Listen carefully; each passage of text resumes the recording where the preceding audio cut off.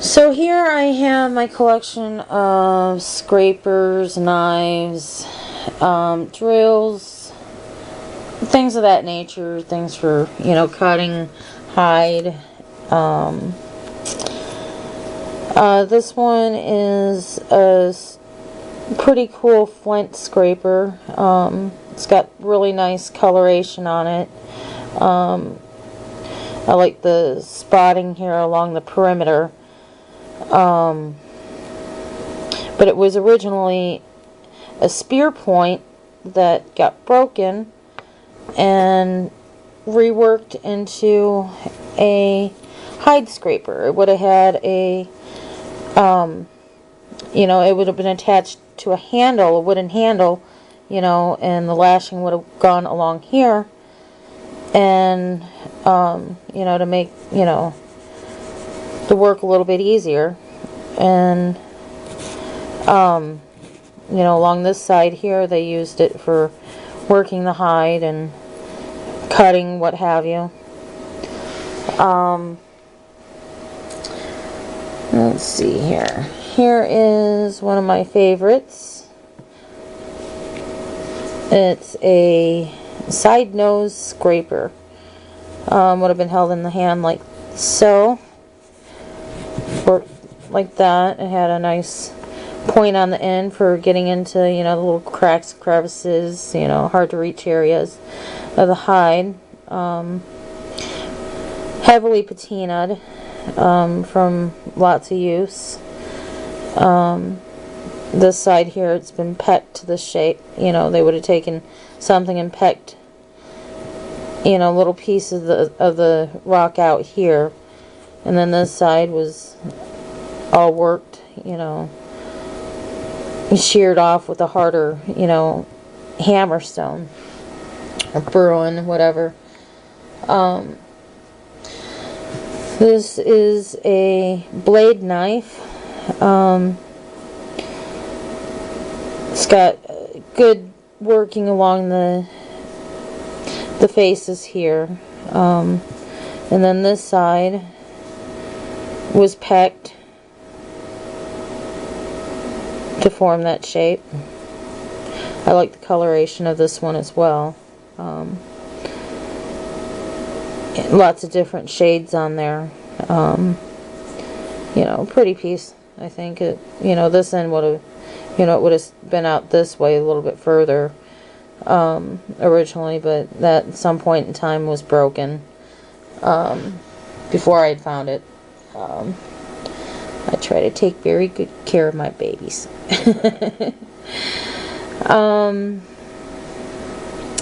Let's see here. Here's another small knife as well. Nothing all that spectacular, but still kind of cool anyway.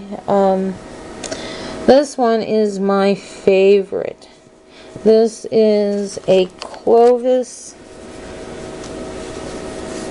butchering knife. It was originally a spear. Would have extended out about this far, but at some point that was broken.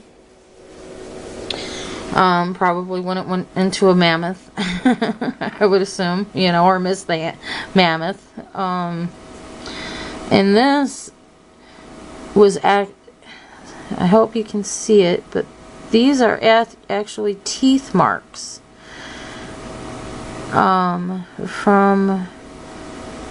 one of the earliest humans in North America. Right there, right there. They used their teeth to make, to work the stone of their tools. And this here, this has got very intricate working. Very teeny tiny. Hope that's coming in clear.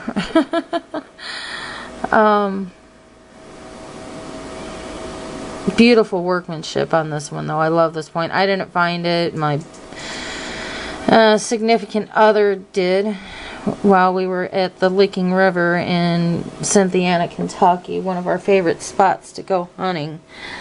All of my finds I find in creek beds and along sides of rivers, along the shores, I should say. I don't go to fields too much because I like the water. This is a knife. Might be a scraper as well. Originally it was a spear point, but broke, and like any smart person does, they recycled. And I find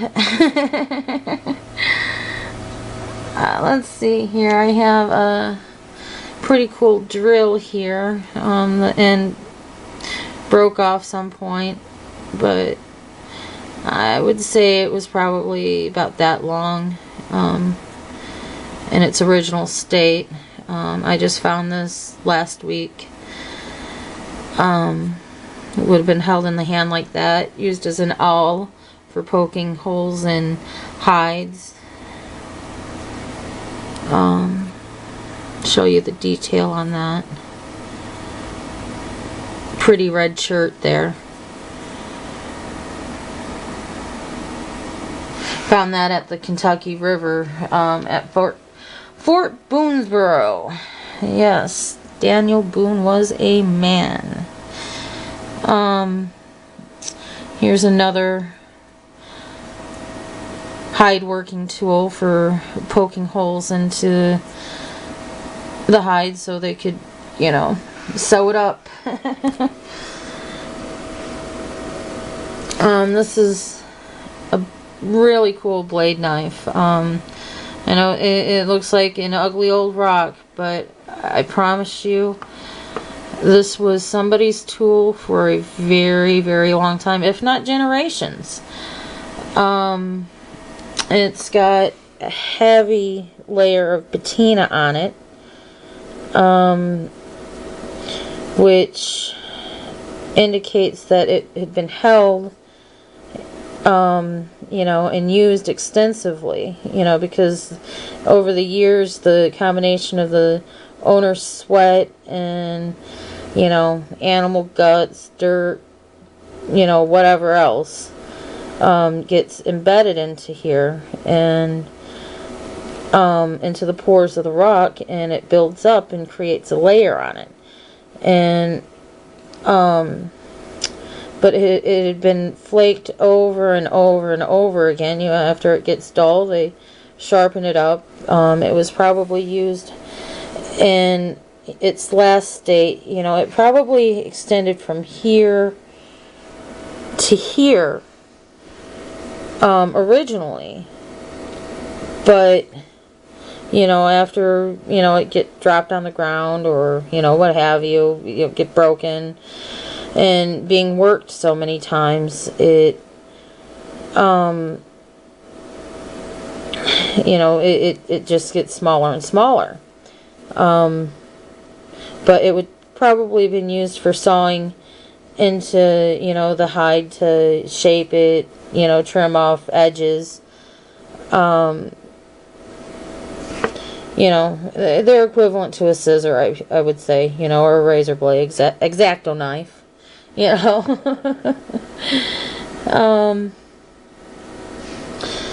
If I sound a little nervous, I've just got a little stage fright because I realize that people are going to see this, and, you know, makes you feel a little silly sometimes, you know. But this is another small blade knife,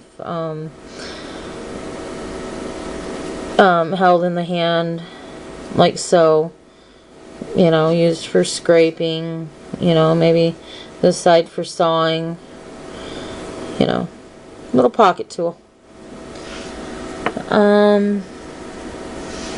Here's a probably what was a harpoon that was refashioned into a knife blade. See that there's quite a bit of working right here, flaking and the likes. Nice bilateral uniface there.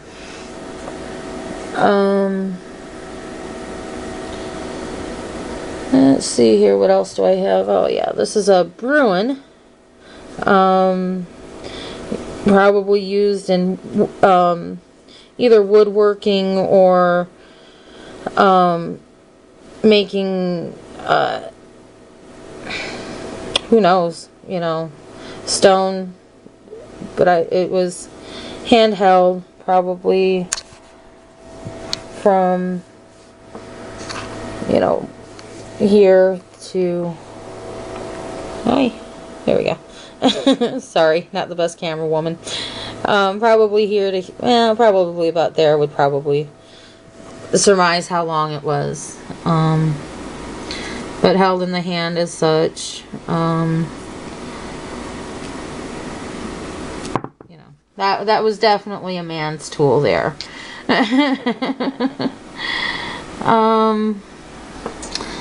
And this isn't like the others so much, but this is a broken arrowhead, a spear point rather. I don't know, perhaps Dalton, judging from the fluting on this end. But yeah, there we go. Here is a hand drill that is pretty cool. Let's see.